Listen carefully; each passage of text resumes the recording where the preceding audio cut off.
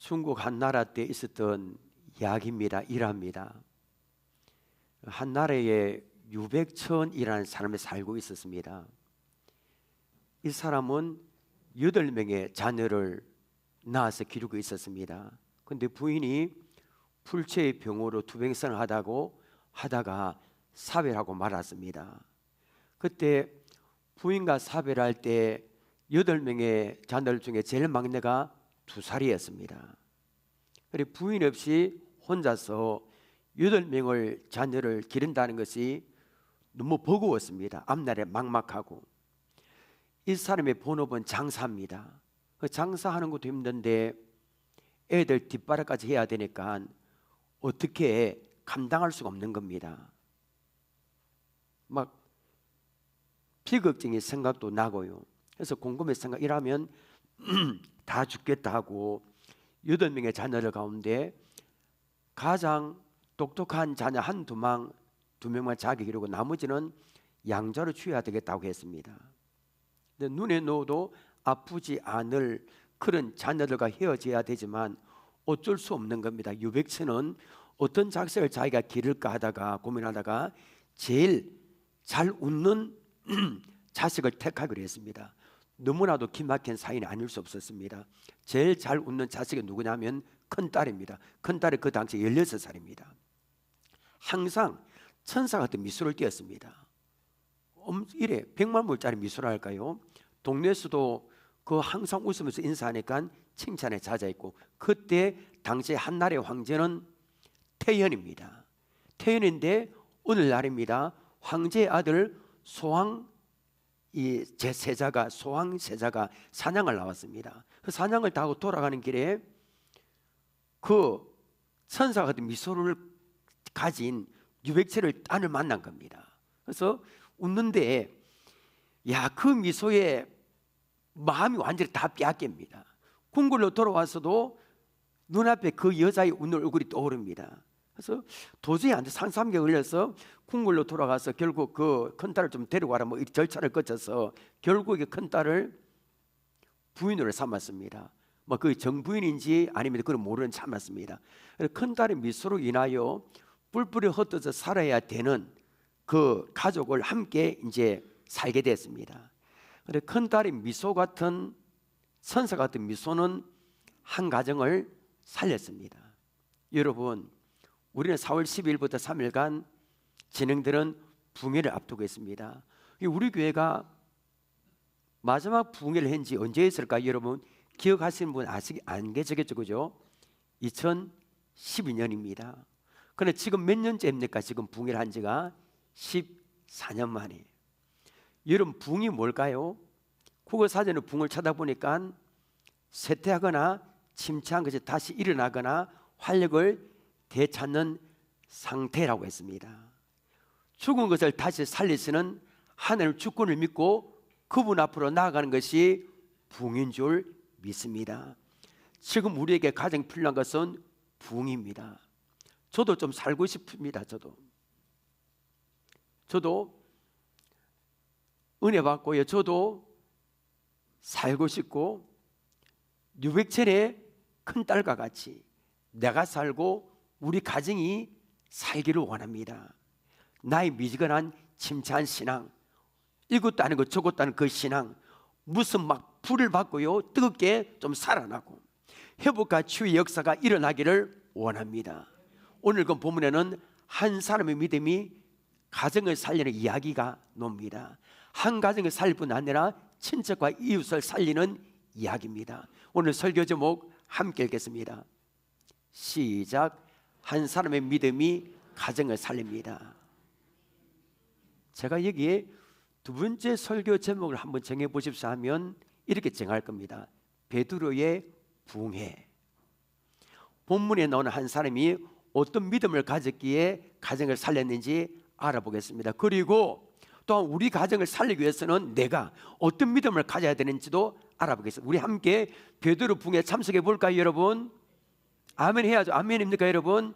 자, 참석해 보겠습니다. 1절입니다. 가이사랴에 고넬료 하는 사람이 있으니 이달리아 부대라는 군대의 백부장이라. 자, 사도행전의 저자 누가는 가장 먼저 10장이 시작되자마자 고넬로를 소개합니다. 자, 이 사람은 이탈리아, 지금으로 말하면 로마의 군인입니다. 그냥 군인이 아니라 장교입니다. 로마의 군대는 한 개의 군단이 6,000명입니다. 그리고 6,000명이 다시 600명 10개 부대로 나눠집니다. 한 부대는 다시 100명씩 나눠집니다. 그 100명을 지휘하는 지휘관을 뭐랍니까? 백부장 이렇게 부릅니다.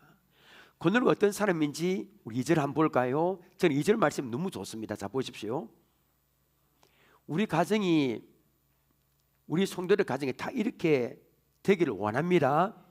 그가 경건하여 온 지방과 더불어 하나님을 경외하며 백성을 많이 구제하고 하나님께 항상 기도하더니. 고넬료는 이방인입니다. 할례 안 받았습니다. 유대교 개종 안 했습니다. 그런데 하나님을 경외하는 경건한 사람입니다. 이 신약에는 경건하다 이 단어가 그래 많이 안 옵니다. 여러분, 경건의 헬라 뜻이 뭘까요? 신앙이 독실하다. 백부장 고넬료는 신앙이 독실한 경건한 사람이었습니다. 2절에서 눈여겨보아야 할 부분이 있습니다. 경건한 고넬료의 가족들도 하나님을 경외했습니다. 누구도 경외했다고요? 가족들도. 일부에도 말씀드렸지만 저는 우리 자녀들 결혼 문제에 대해서 이렇게 애들 이렇게 기도할 때 가장 마지막에 기도하는데 비호자뿐 아니라 그 가족들도 하나님을 경외하는 가정에 이렇게 비호자를 만나기로 하는 그런 기도합니다. 그 본인뿐 아니라 하나님을 사랑하고 하나님을 경외하고 그 가족도 모두 다 경외하는 그런 가정에 결혼하기를 원합니다 라고 했습니다.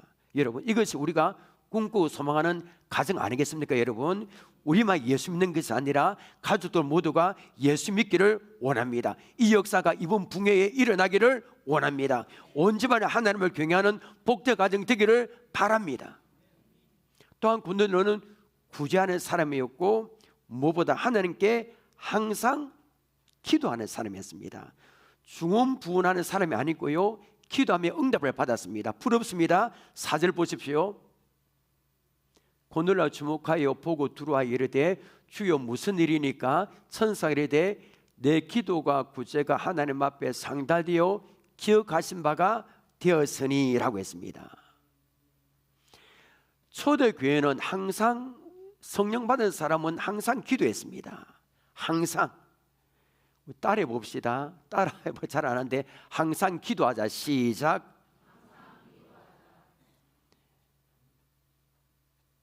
기도가 우리가 좀 부족한 것 같습니다. 일꾼을 좀 세워놓으면 기도해야 되는데 제 기도에 참 못 미칩니다. 이 부분은 때로는 속상하기도 하고, 새벽 기도에 텅 빌 때도 있고, 그런 부분을 위해서 좀 권사도 세우고 하는데 많이 때로는 속상합니다. 우리가 이런 여러분 기도하는 사람이 되기를 원합니다.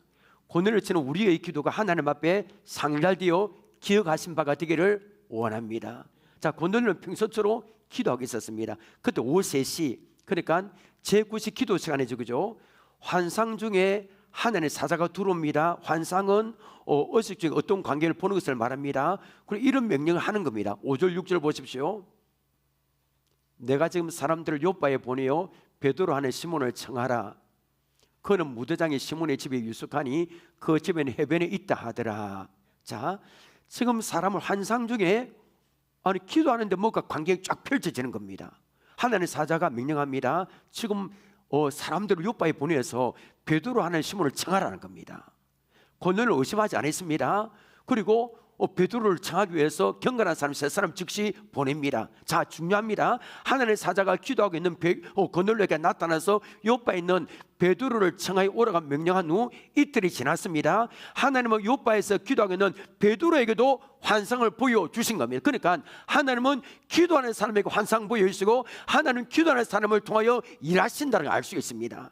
자, 베드로 환상을 보여주셨습니다. 베드로 환상은 어떤 것입니까? 갑자기 기도하는데 하늘에서 보자기 같은 것이 내려옵니다. 내기에 매인 것이 내기에 매여 내려왔습니다. 그 안에 뭔가 봤더만은 먹을 수 없는 이상한 짐승이 가득한 겁니다. 근데 음성이 일어나 그 짐승을 잡아먹으란 겁니다. 베드로는 안 먹습니다. 속되고 깨끗하지 않고 안 먹습니다. 이런 일이 3번 있었습니다. 여러분, 하나님께서 베드로에게 율법에 금한 짐승들을 먹으라 환상을 보여주신 이유가 뭘까요? 여러분 한번 대답해 보십시오. 대답할 때까지 진행 안 할 겁니다, 여러분. 왜 보였을까요, 여러분? 베드로를 이방인의 고넬로 가정에 보내기 전에 편견을 깨트리기 위해서입니다. 이 편견 안 깨트리면 안 갑니다. 안 만납니다. 여러분 맞죠, 그죠? 베드로를 비롯한 이 유대인들이 이방인들에 관해 가진 편견이 무엇입니까? 이방인들을 절대로 구원 못 받는다는 겁니다. 그 만나고 접촉하고 이런 것도 불가능한 것으로 여겼습니다. 여기서 우리는 사도행전의 핵심 구절인 1장 8절을 봐야 됩니다. 우리 함께 읽겠습니다. 시작. 오직 성령이 너에게 마시면 너희가 권능을 받고 예루살렘과 온 유다와 사마리아와 땅끝까지 이르러 내 증인이 되리라 하시니라. 자, 사도행전 8장까지 예수님의 복음이 예루살렘과 온 유다와 사마리아까지 전거됐습니다. 이제는 복음이 어디까지 전거됩니까? 땅끝까지, 이방 세계까지 전거돼야 됩니다. 자, 이방 세계의 성교의 포문을 열기 위하여 하나님이 선택한 사람이 누굽니까? 고넬로입니다. 누가는 이 사실이 너무나 중요해서 긴 지면을 사도행전 10장을 기록했습니다. 사도행전 10장은 몇 절부터 몇 절까지 있습니까? 1절부터 48절까지. 이게 전체가 얼마나 중요한지 베드로와 고넬로가 만난 내용입니다. 하나님은 베드로가 고넬로를 만나기 전에 뭘 깨트린 겁니까? 이방인들에 대한 그 편견을 완전히 깨트린 겁니다. 자, 28절 보십시오. 편견을 깨트린 게 놉니다. 이르되 유대인으로서 이방인과 교제하며 가까이 하는 것이 위법인 줄을 너희도 알거니와. 그 다음부터 함께 읽겠습니다. 시작. 하나님께서 내게 지시하사 아무도 속되다 하거나 깨끗하지 않다 하지 말라 하시기로. 그렇죠? 속되다 뜻이 부정하답니다. 그러니까 아무도 부정하다 뭐 이렇게 깨끗하다 말하지 말라. 그러니까 이방인들도 복음의 말씀 듣고 구원을 받아야 한다는 겁니다. 이것이 하나님의 계획입니다. 여러분, 이 하나님의 계획 때문에 이방인에도 우리가 구원받는 줄 믿으시길 바랍니다. 베드로는 환상을 본 후에 이방인에 대한 환상을 깨뜨렸습니다. 편견을 깨뜨렸습니다. 그 이방인이었던 고넬로가 이 보낸 사람을 만납니다. 그리고 고넬로 가정에 향하여 출발합니다. 오늘 읽은 본문은 드디어 베드로와 이방인을 대표하는 고넬로가 만나는 장면입니다. 베드로가 고넬로 가정에 도착했습니다. 24절을 보십시오. 이튿날 가이사랴에 들어가니 고넬로가 그의 친척과 가까운 친구들을 모아 기다리더니. 여러분 24절 엄청 중요합니다. 자, 베드로가 고넬로 가정에 도착해보면 누가 기다립니까, 여러분?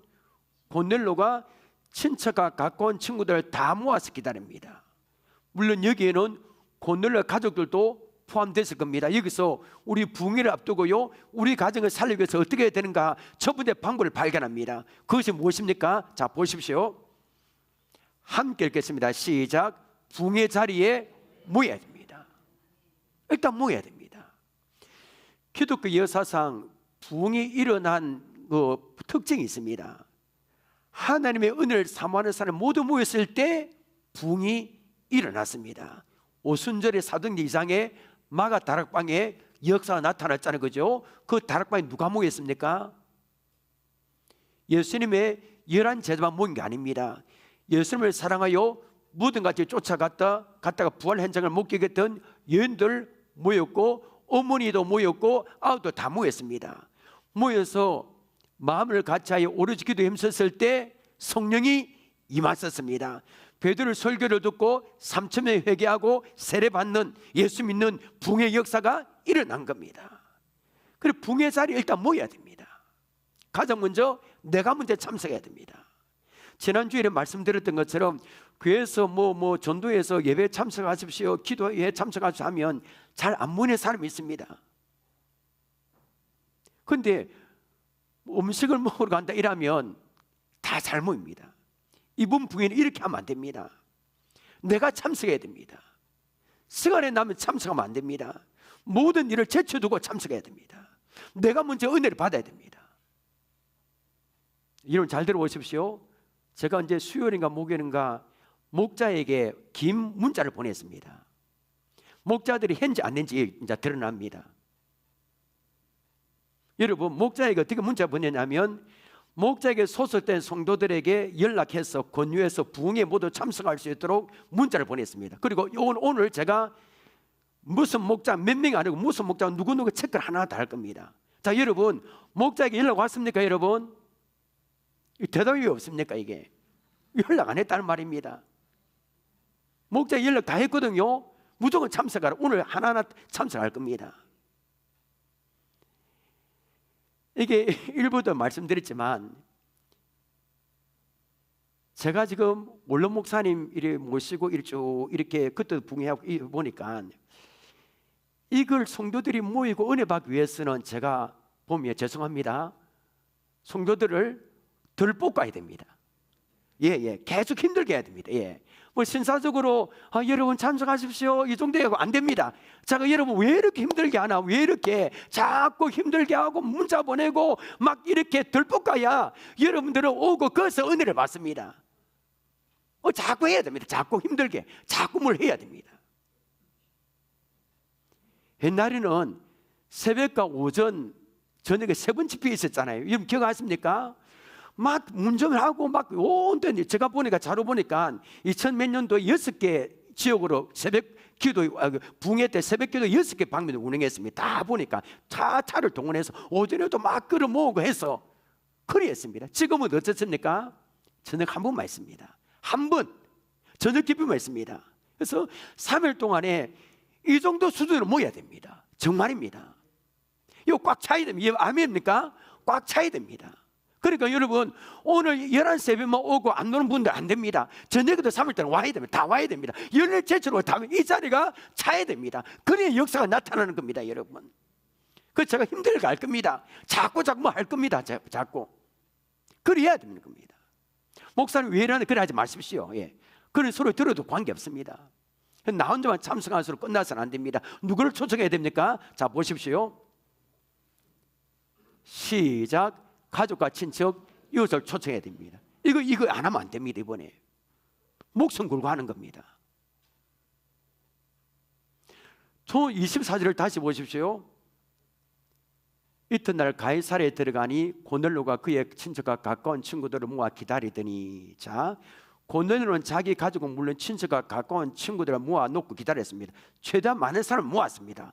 왜 그렇게 했을까 여러분? 어떻게 모았는지는 모릅니다. 어떻게 왜 그랬을까요? 베드로 붕에 참석해 자기가 살고 자기 가정에 사는 것을 알았기 때문입니다. 베드로 붕에 참석해서 해야 자기 이웃에 사는 것을 알았기 때문입니다. 고넬료는 가족과 친구들까지 함께 구원받기를 원했습니다. 자기 아는 사람은 다 이렇게 초청 다 한 겁니다. 우리도 이렇게 모여야 됩니다. 이번 붕회에 우리 가족들 함께 모여야 됩니다. 친척들 다 모여야 됩니다. 친구들 다 모여야 됩니다. 가만히 있어서는 안 됩니다. 민주 목사님이 전에 집회에 우리 총신 다닐 때 한번 왔는데 얼마나 존대대 뜨겁게 하는지 기회입니다. 믿지 않는 사람들 무조건 나오게 해야 됩니다. 우리는 예수님 믿고 교회 나가 봉사하면 뭐 나름대로 괜찮은 그리스도인을 생각합니다. 그런데 거기까지입니다. 뭔가 다른 게 좀 필요합니다. 예수님 믿으면 얼마나 좋은데, 교회 다니면 얼마나 좋은데, 4월 10일부터 우리 교회에서 붕해 열렸는데 얼마나 좋은 기회인지 모른다. 세상에서 느껴보지 못하고 경험하지 못하는 하늘의 기쁨을 맛볼 수 있다. 친구야 꼭 교회 가자. 막 이렇게 가족과 친척, 이웃을 초청하는 겁니다. 어떤 분이 간증할 때 이런 이야기 했습니다. 진리를 아는 자가 진리를 모르는 자 앞에서 침묵하는 것은 큰 죄입니다. 진리를 알면서도 사랑하는 사람이 불구덩이에 빠지는 것을 뻔히 알면서도 가만히 있는 것은 죄입니다. 맞잖아요 여러분, 맞잖아요. 맛있는 음식점이나 멋진 여행지가 있으면 막 이렇게 자랑하고 같이 가자 하는데, 왜 우리는 때로 왜 예수 믿자, 왜 교회 가자 말을 적극적으로 하지 않을까요? 우리는 어떤 음식보다 여행지보다 비교조차 할 수 없는 분을 알고 있습니다. 그분은 우리에게 인생의 근본 문제를 해결할 수 있는 분이십니다. 그분이 누구십니까? 주 예수 그리스도이십니다. 특별히 이번 붕해에 믿지 않는 우리 가족을 반드시 데려와야 됩니다. 세상 일이 사건 일이나 보십시오. 대선하고 뒤에 5분 뒤에 일어날 모릅니다. 그럼 무조건 예수 믿게 해야 됩니다. 무조건 열리 제쳐놓고 예수 믿게 해야 돼. 정말입니다. 강권에서라도 우리 가족 믿지 않는 사람이 있으면 무조건 데려와야 됩니다. 어떻게든 충격적인 방법을 쓰든 막 이렇게 부탁하든 무조건 3일 동안만 가자. 3일 동안만 내 손을 좀 들어달라고. 그런 거 쓰면 안 됩니다. 이번 붕해에 고넬료처럼 가족과 가까운 친척과 이웃을 초청하십시오. 아내가 잘 믿으면 아내의 치마폭을 잡고 천국에 가겠다는 사람이 있습니다. 그게 얼마나 어리석습니까 여러분? 구원은 다른 사람의 도움으로 이루어진 게 아닙니다. 나와 하나님의 1대1의 관계가 이게 구원입니다. 1대1의 관계입니다. 하나님은 나 혼자만이 아니라 우리의 가족이 함께 구원받기를 원하십니다. 나 혼자만의 가족의 예수 믿는 여러분, 나 혼자 예수 믿는 거하고 그 다음에 부부가 예수 믿는 거하고 자녀가 함께 예수 믿는 거 차이 납니다. 나 혼자 예수 믿는 거 부부하고 자녀 예수 믿는 거 하늘과 땅 차이입니다. 한번 해보십시오 여러분. 가정의 분위기가 달라집니다. 천지 차이입니다. 부부와 자녀가 함께 예수 믿고 은혜를 받으면 가정의 분위기가 달라집니다. 그 가정의 주인이 주 예수님이기 때문입니다. 가족도 예수 다 믿게 해야 됩니다. 이런 믿음 우리에게 있어야 되잖아요. 이런 믿음이 먼저 예수 믿는 우리 한 사람의 믿음이 가정을 살립니다. 먼저 믿은 여러분이 때문에 가정을 살립니다. 그 사명을 주신 겁니다. 우리 가정을 살리기 위해서는 나뿐 아니라 우리 가족, 친척, 존대대상자를 꼭 데리고 와야 됩니다. 한 사람 한 사람 이름을 부르면 기도하십시다. 하나님 도와달라고 그들을 초청하십시오. 참석할 때까지 계속 포기하지 말고 어떻게든 계속 주문하십시오. 여러분이 사랑하는 사람에게 줄 수 있는 최고의 선물은 예수 그리스도인 줄 믿습니다. 자, 첫 번째는 무조건 참석입니다. 다. 그 다음에 두 번째, 붕해를 앞두고 우리 가정을 살리기 위해서는 우리가 어떻게 해야 됩니까? 두 번째입니다. 시작. 선포되어질 말씀을 기대하며 사모해야 합니다. 25절 보십시오. 마침 베드로가 들어올 때 고넬료가 맞아 발 앞에 엎드려 절하니. 자, 고넬료 로마 군대의 백부장입니다. 그 다음에 베드로는 유대인입니다. 당시 로마가 이스라엘을 지배하고 있었잖아요, 그죠? 사회적인 지위로 보면 누가 높습니까? 고넬료가 훨씬 높습니다. 비교가 안 됩니다. 그리고 베드로는 갈릴리촌 출신의 불황무식한 사람, 배운 것도 없습니다. 근데 지금 보십시오. 아까 25절에 고넬료가 베드로를 대하는 태도를 보십시오. 베드로를 마치 누구처럼? 하나님처럼 대합니다. 발 앞에 엎드려 절한 겁니다. 이것은 발에 입을 맞추는 행위를 말하거든요. 왕 앞에 절할 때 이런 단어가 씁니다. 고넬료가 자기가 훨씬 높지만 말씀대로 베드로를 하나님처럼 지금 대하는 겁니다. 33절을 보십시오. 내가 곧 당신에게 사람을 보냈는데 오셨으니 잘하였나이다. 이제 우리는 주께서 당신에게 명하신 모든 것을 듣고자 하여 다 누구 앞에? 이야, 이거 보십시오. 이런 사람이 은혜 안 받을 수 있습니까 여러분? 고넬료가 베드로를 맞으면서 하나님 앞에 있다 고백했습니다. 그 베드로의 입을 통해서 선포되어지는 복음은 하나님이 직접 자기들에게 하시는 말씀으로 들렸을 겁니다. 이런 사람에게 어떻게 하나님은 은혜를 주시지 않을 수 있겠습니까? 은혜를 주는 겁니다. 하나님을 사모하는 그들에게 성령을 부어주셨습니다. 잘 들어보십시오 여러분. 제가 예배의 태도에서 가장 중요한 이야기를 해볼게요. 신앙생활에서 말씀을 받아들이는 태도에 따라 우리 믿음이 차이가 만들어집니다. 엄청 중요합니다. 설교자가 되어보면 압니다 여러분. 어떤 믿음을 가졌냐 보면 말씀을 대하는 태도 보면 다 압니다. 어떤 사람 보면 거짓말 아닙니다. 막 눈에서 빛이 납니다. 말씀을 처음부터 끝까지 그 사람 보고 설교하면 힘이 납니다. 어떤 분은 뭘 그렇게 하는지 관심 없습니다. 그 사람 보면 힘이 안 납니다. 말씀이 흘러간다 막 이렇게 다 흘러가 버립니다. 보면 여러분 태도를 보면 말씀을 대하는 태도 보면 믿음이 다 차이 나고 다 보입니다. 정말입니다. 말씀을 어떻게 대하느냐에 따라 가정을 살리기도 하고 그 가정을 이게 방치하기도 합니다.